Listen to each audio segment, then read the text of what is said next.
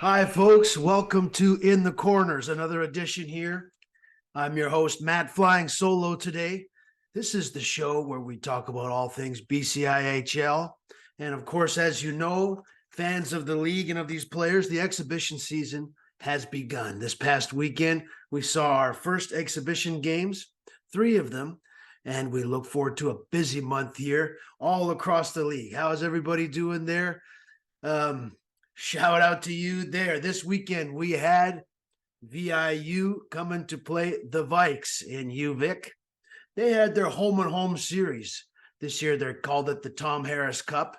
As you remember last year, the showcase held in Victoria, that was the Tom Harris Cup. That featured regular season games. This year, the showcase might be brewing with something else happening like that. We'll have to keep our eyes peeled and see what becomes of it all. We'll go over the games today for 5-10 minutes. Then we'll play a little game called Matt's Master's Thesis. Okay, this is where I'm going to run by a couple Master's Thesis that I made up about the games for you. This one's for Reese and anybody watching at home. Then finally, in the third part of the show today, we got a very special interview with number 5 from the Okanagan Lakers, Isaac Dudka. You're going to want to hear that one, all Lakers fans, everybody across the league, because we're curious about what those Lakers guys are cooking up over there. Last year, they finished in 4th place. They gave SFU a run a few times. And of course, a couple of really tight games with the Vikes, including an overtime game. You know what? I was talking to someone close to the league saying that the Lakers are looking good this season. That's why we got the orange theme going on here today, if you're watching on YouTube. All right, Isaac Dudka coming up later. Stay tuned for that. But first, let's get into the games. Friday night, September 15th, those Lakers played the Penticton Silver Bullets, the senior AA team over there. That was 7-3 in favor of the Lakers. We'll watch out for you Lakers and get some more score sheets for your upcoming games, as there was nothing recorded for that one. But the big one for us in Vikes land, they hosted the Mariners September 15th in the first of 2 preseason games. Friday night, that was the big game. We had our first game on YouTube down there. Starting in net was Sean Parkinson for the Vikes and Jeremy Robar for VIU. That's the goalie from the East Coast, the Crushers. The backup goaltender dressed for the Vikes was Hunter Tarves. Exciting to see how these goaltending plays out this year for the Vikes. All right, in this game, the power play for VIU was 1 for 5. For UVic, 1 out of 2 chances. Shots on goal, VIU 28, UVic 27. In the first period, there was no score. UVic opened the scoring in the second period. Owen Evers from Ethan Anstey and Sam Schofield. That was on a power play at 9:47 of the second period. Teams had a hard time kind of getting the puck under control there. Play as the game went on got better and better as passing and forechecking and team play improved as the night went along. In the third period, it was Carson Earhart on the power play that tied the game 1-1. It was a tight game all the way along. Great goaltending from Jeremy Robar and Parkinson for the Vikes. Fantastic goalies there. Very well done. The game went to overtime, was played 3-on-3, where with a minute and 53 seconds remaining in overtime, Aleko Sidrakis scored on a breakaway. Kyle Crew and Jovan Malay got assists from that one. So the Vikes won the game 2-1. The very first game of exhibition was a Vikes overtime win. Now, if you remember from last show here of In the Corners, I had a bit of an over-under bet with Reese about how many games the Vikes will play this season that will go to overtime. Well, this one, I don't know if this one counts in exhibition, but it was exciting for all of us. Not every day does the home team go to overtime, so we loved it. Like I said, the game improved as it went along. Tape-to-tape passing kind of improved as it went along, so I'm sure the coaches will be happy about that. Also to note in this game, leading scorers for VIU, Palmer, Jones, Struss, and Danforth on the back end, they sacked the first game out, okay? So just kind of a curious thing to make note of.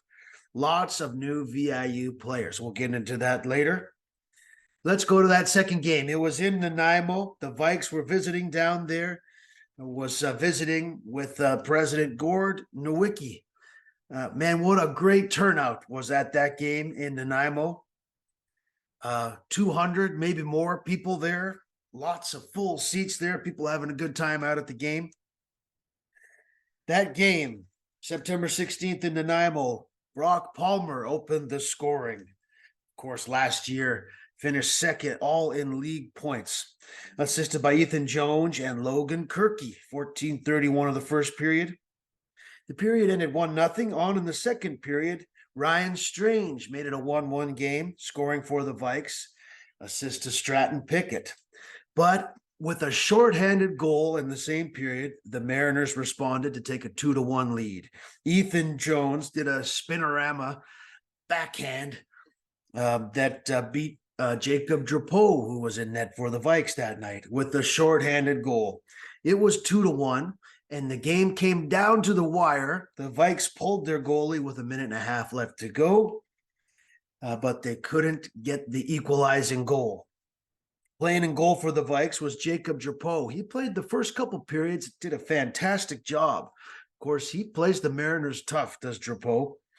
He left due to injury after 2 periods, and Sean Parkinson came in to play the third. He made a fantastic toe save early in the third period. For the Mariners, it was Wyatt Fournier who played and was a star in net for the Mariners. He faced 32 shots, letting in just that one goal in the second period.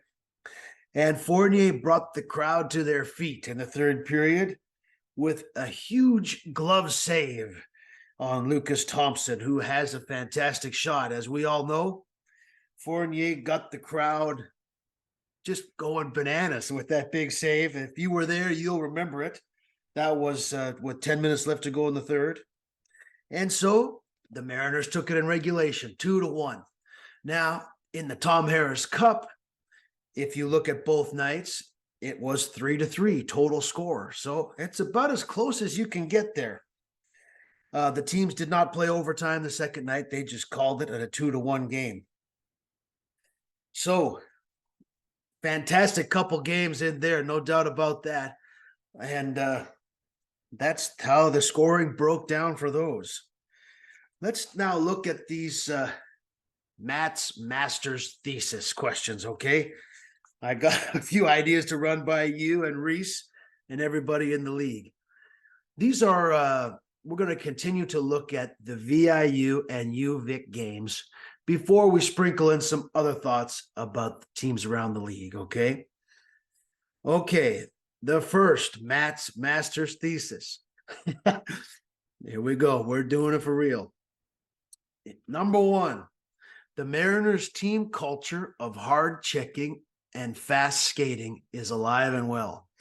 Palmer, Jones, and Logan Kirky will lead the way in the absence of Mariners legend Garrett Dunlop. Okay, how's that for a master's thesis? One of the things I was watching for was, of course, the new players in these exhibition games.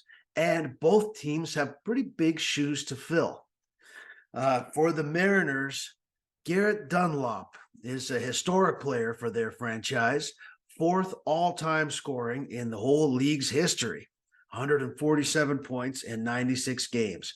I had kind of wondered, how will their offense look different in Dunlop's absence?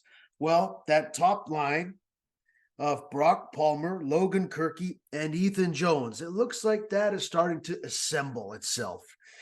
Brock Palmer last year, 46 points in 20 games.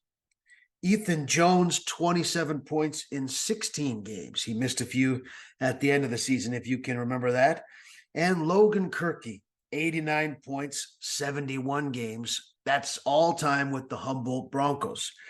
Logan Kirky was dancing around with the puck in the offensive zone. He's going to wear number 11, it looks like, for the Mariners. So how will their offense look different this year? We're going to watch for that, okay? One thing that was kind of missing was the way that Dunlop used to carry the puck up and distribute the puck coming through the center of the ice into the offensive zone. Something kind of struck my eye was that kind of puck movement might come from the new Mariners defenseman. We watched Tyson Lotard, Jordan Foe, Cole McGuire, number 5. He was moving the puck quite well. But it was Tyson Lotard who caught my eye kind of the most. He's from the Nelson Leafs. He seemed to move the puck up really well and pretty strong along the wall and along the boards. That's maybe the Mariners will look for that in their transition game. How would I know? But, big shoes to fill there with Dunlop leaving. Okay, number 2, continuing with the Mariners. Matt's thesis, number 2. Try this one on you, Reese, if you're watching. All right. After an introduction to the new look Mariners, it is clear to see that Max Struss is the leader of the revamped Mariners defensive core. All right. How do you like that? Struss didn't play the Friday night game, but he played on Saturday night, and he was a physical leader for the Mariners. Of course, they're missing Morton on the back end, but like I mentioned, Foe, Lotard, McGuire, Archambault, Austin Daniels, Max Struss is going to, this is in my thesis, according to my thesis statement, will kind of pop up as the new emotional leader for the Mariners this year. Remember back to the playoffs last year, Max Struss got 2 or 3 goals in that series against the Vikes and was no doubt playing with a lot of physicality through the exhibition weekend. There we go. Number 3, Matt's thesis. All right. Are you ready? I am ready. Number 3, in comparing the top lines of the Vikes and the Mariners' top 3 seems pretty set. That's what we had just talked about. While the Vikes will be looking for production and offensive balance. Okay, this is something that we were looking for in exhibition and we'll be watching throughout the season. Who will be leading the Vikes offensively this year? Last year, of course, Spears, Braun, and Nolan kind of sent a shock through the league and were kind of dancing pretty well for the Vikes. All of those players are gone now. So who will it be this year and who would lead the Vikes? The coaches had Stratton Pickett playing with Ryan Strange, Thomas Jenkins and Booker Daniel got turns on that first line. And that was also typically the first line out on the power play. So that looks like a line that could be relied upon to generate offense for the Vikes. But not so fast. Don't forget that unit of Sam Schofield, Jackson Egan, and Ethan Anstey. They are kind of humming around with a lot of energy, kind of an energy line. As well as a great play throughout the weekend from Sweeney, Millay, Sadrakis, Thompson, and Brian Magic.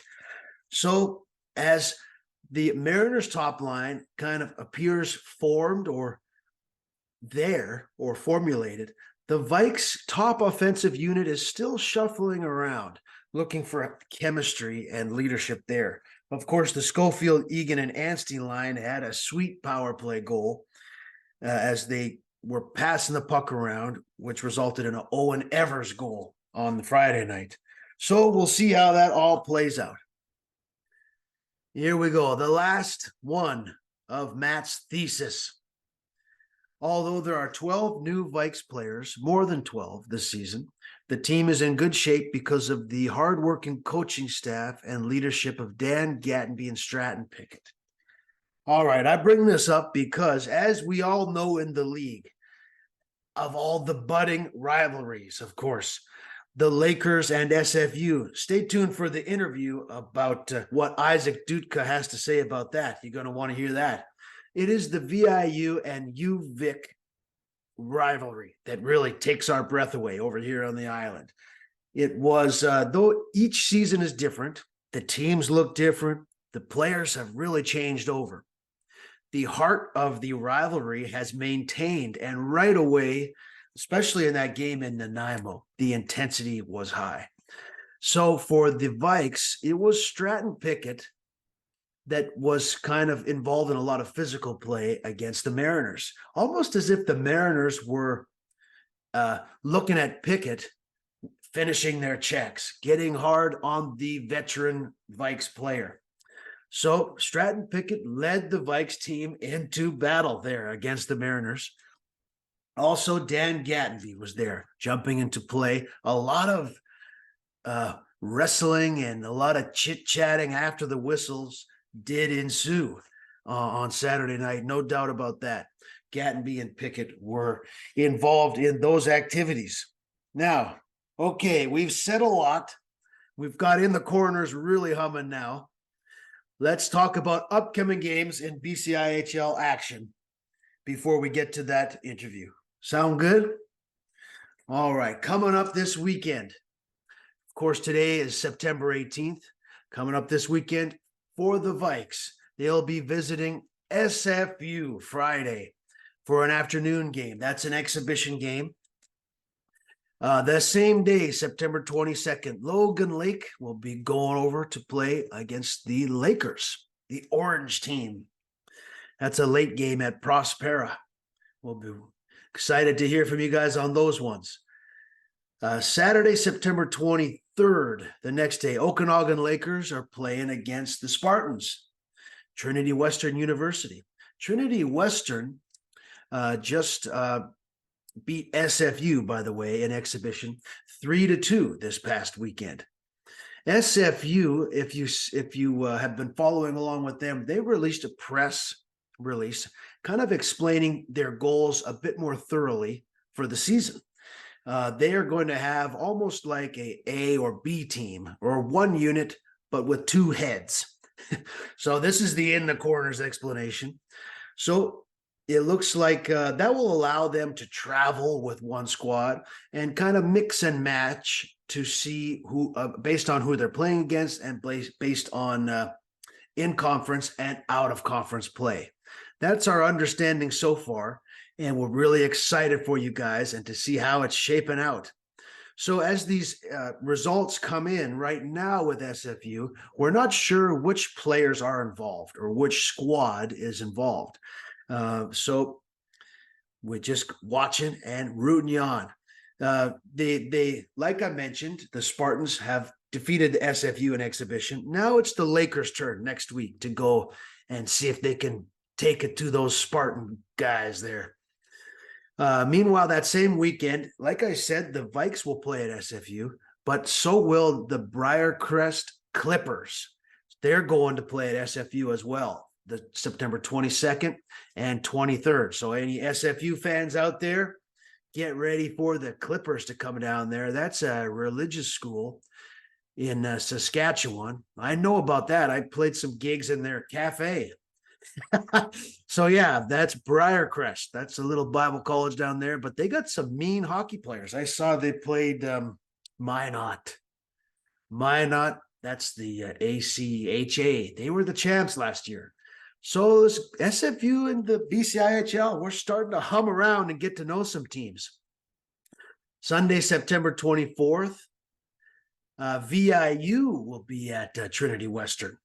Okay, so Spartans are getting the real BCIHL treatment right now. Then the following week, that's the week of Alaska for the Mariners, all right? And for the Vikes side of things, that's Edmonton, Concordia Thunder. I spoke with Carson Strom during the broadcast on Friday night. That's one of the new Vikes players. And he said he was really looking forward to going over to Edmonton to play against the Concordia Thunder.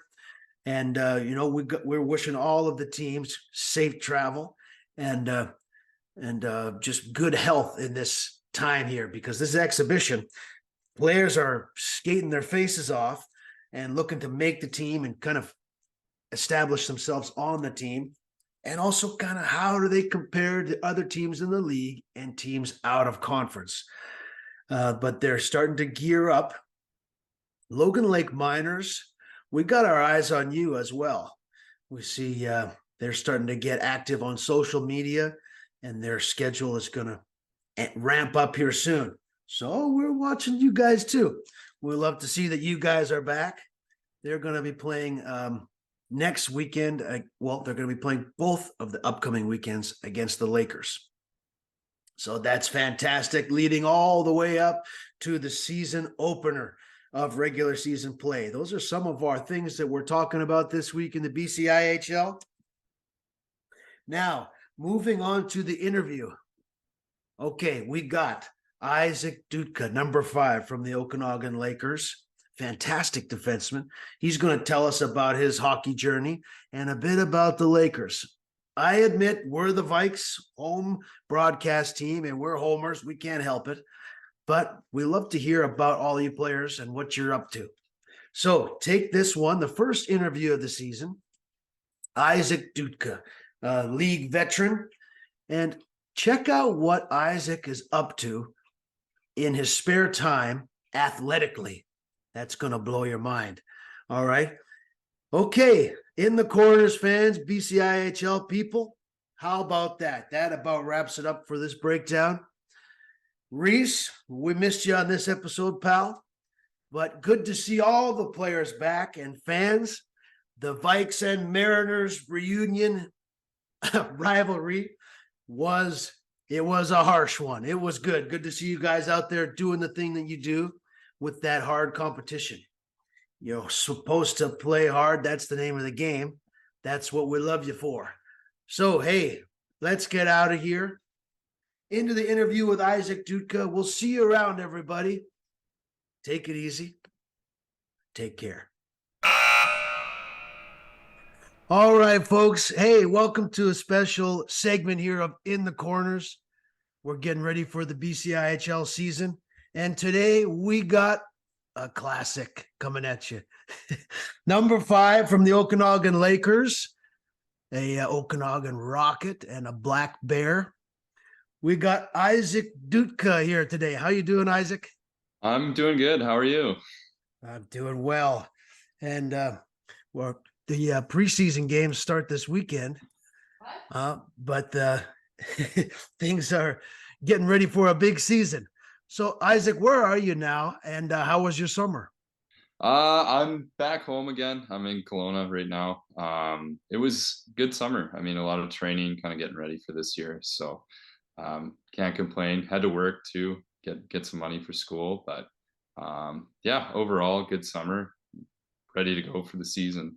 Excited to be back at hockey, to say the least. Right on. So, what were you working on this summer, and what are you working on in school?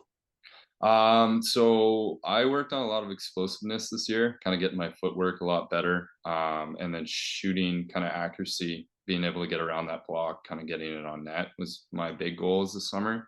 So made a lot of progress with that. And then I'm in school for education. So I'm in the teaching program at UBCO. So. All right on. You could teach all these new guys a thing or two. I thought I hope so. I was kind of asking you about your summer job, and you said I'm into explosives, and that kind of got me excited. No, here we go, a teacher in school. Yeah. To answer your question about summer job, I'm a coach at a paddle center in Kelowna here, so do a lot of coaching for paddling, outrigger, and different types of paddling. So, is that something that you do competitively still? Yes, actually, I'm heading out this Friday to go trial for Team Canada. So, whoa, that's great. Yeah. That's coming up on Friday. Yeah, so I'm in Calgary Saturday, Sunday, do my races, and then I come back and get ready to hockey. So, well, this will probably come out a few days after, but we'll send you good wishes for that. So, have the Lakers? Have you guys all met up yet for the? I know school's just starting. Have you had some practices already? Yeah, we've been practicing the last couple of weeks, 4 days a week right now. So we're kind of right into the swing of things, which is nice. So managed to grab some ice up in Winfield, and it's been good. Guys are starting to come together, which is nice to see. Nice. What are some of your goals that you want to accomplish as a team in the preseason in the next week or two here?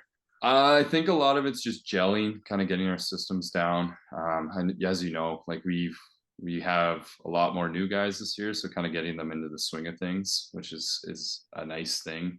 But getting through the preseason, just getting the gel, learning systems, kind of figuring out who line mates are going to be, all that kind of stuff. Cool. Isaac, how did you get to be on the Lakers in the first place?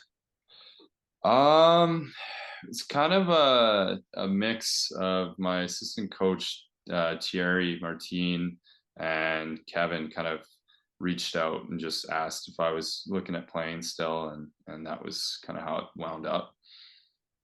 Because before you were in the Lakers, what was your journey the couple of years before last? So I obviously started out with the Okanagan Rockets, was playing major midget there, and then I went to the Chiefs, played 3 years with the Kelowna Chiefs, and then after that season, I was actually supposed to go down to UVic and play there, and then the COVID season happened, and so we didn't have a season, and then there wound up being a team here, and so decided to kind of stick around home. You guys had a good team in that COVID year. I saw you were right in the Yeah. middle of your playoff, right?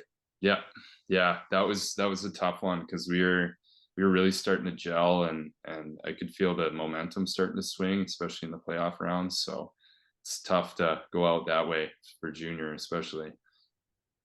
What is your couple favorite memories from your hockey career so far?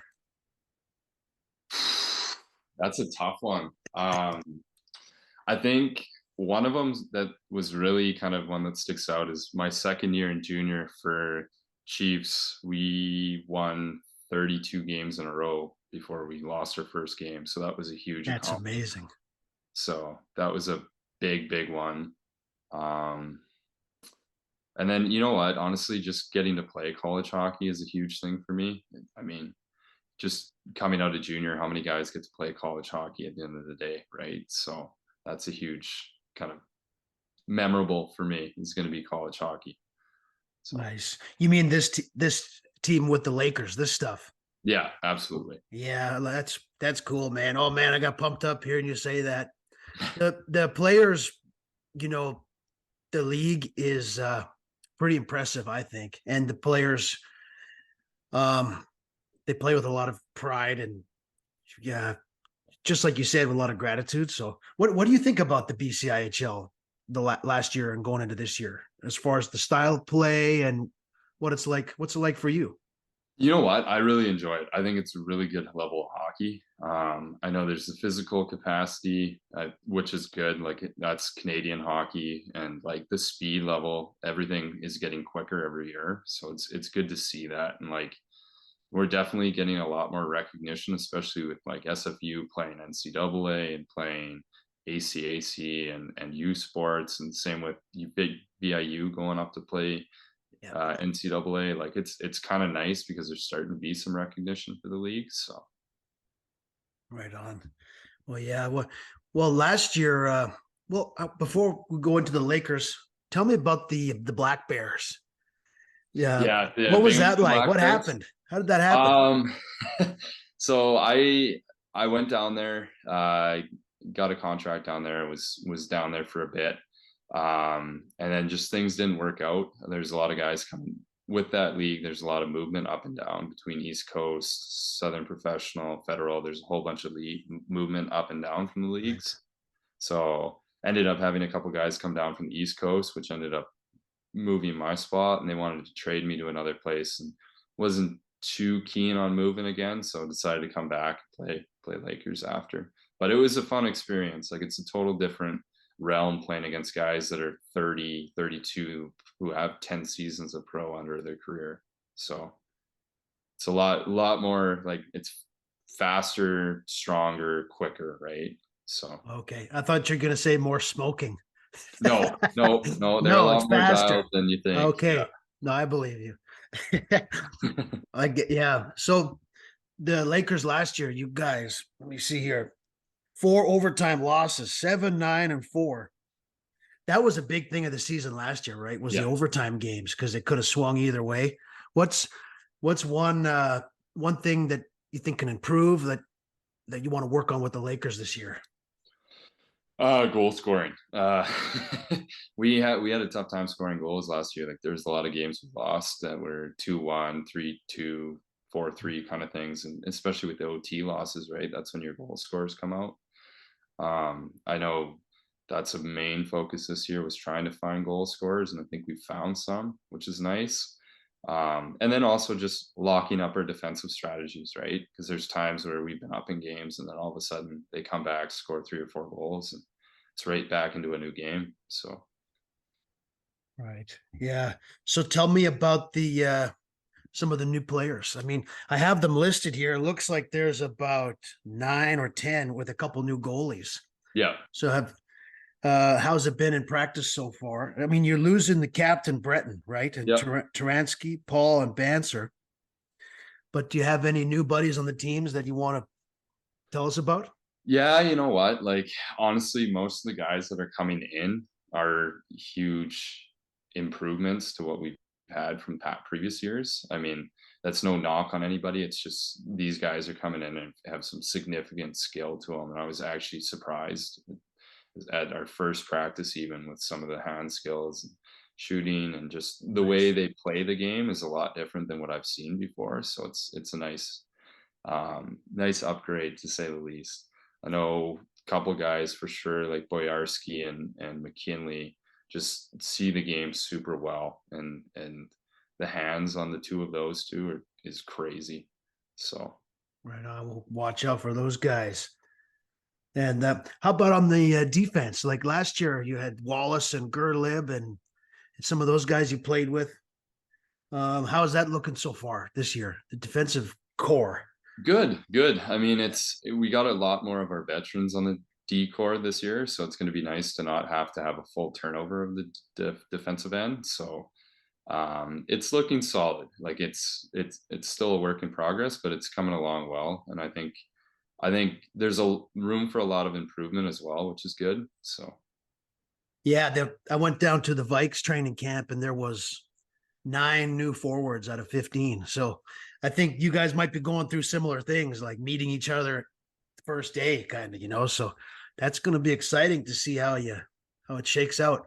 So what any rivalries or games you got circled for this season?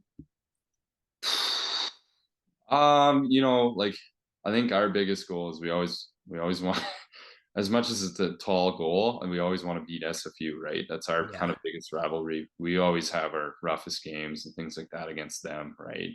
So I think every game against them is circled because it's like, all right, this is the time to be on your game. This is the one we want. So it's pretty much every one of those ones for sure. That rules. I love that. They were 19-1, but you got to try and go for them. So you just pumping me up. I like that answer. What? So a few more things before we go. When you were younger, who were your favorite players? My favorite player, like even when I was younger and now still, is Jonathan Tays from the Blackhawks. He's always just like skill level, saw the game well, good hands, like unbelievable playmaker, but just like off the ice, good captain too, right? Like was a role Mm. model for sure. And then as for like a defensive player that I always looked up to was Shea Weber. So it's always the big shot from the point, big body, physical in the corners, could make a difference in the game. So Did you ever get to see Taves or Weber live? no, no, unfortunately not. What is there anyone you want to see live nowadays? I would really like to see Parenko live because Oh, cool. I like Parenko the way he plays. He's similar to Weber, so I like the way he plays. I'd also like to see McDavid, but everybody wants to see McDavid. So Is Pareko the guy from St. Louis? yeah, He's like an oil rig guy from Saskatoon or something, right? yeah, sure is. Okay, well, that's great. Well, hey, I think that's about the end of my questions here. Isaac Dudka, anything you want to give any shout outs to your teammates or anything else before we get out of here? No. I think that's it. I think I'm looking forward to a good season, and hopefully it's good for everybody. So Yeah, I hope we'll be looking forward to seeing you guys. I think October is your first time in Victoria. Yep. Yeah. And yeah, nice to get to know you and say hey to the Lakers. Yep. This is Isaac Dudka. Watch out for him, number 5, Okanagan Lakers. All right, let's end it there, and we'll see you around this season, Isaac. Good luck Perfect. out there. Thanks. You too. Thanks, Bye. brother. Peace.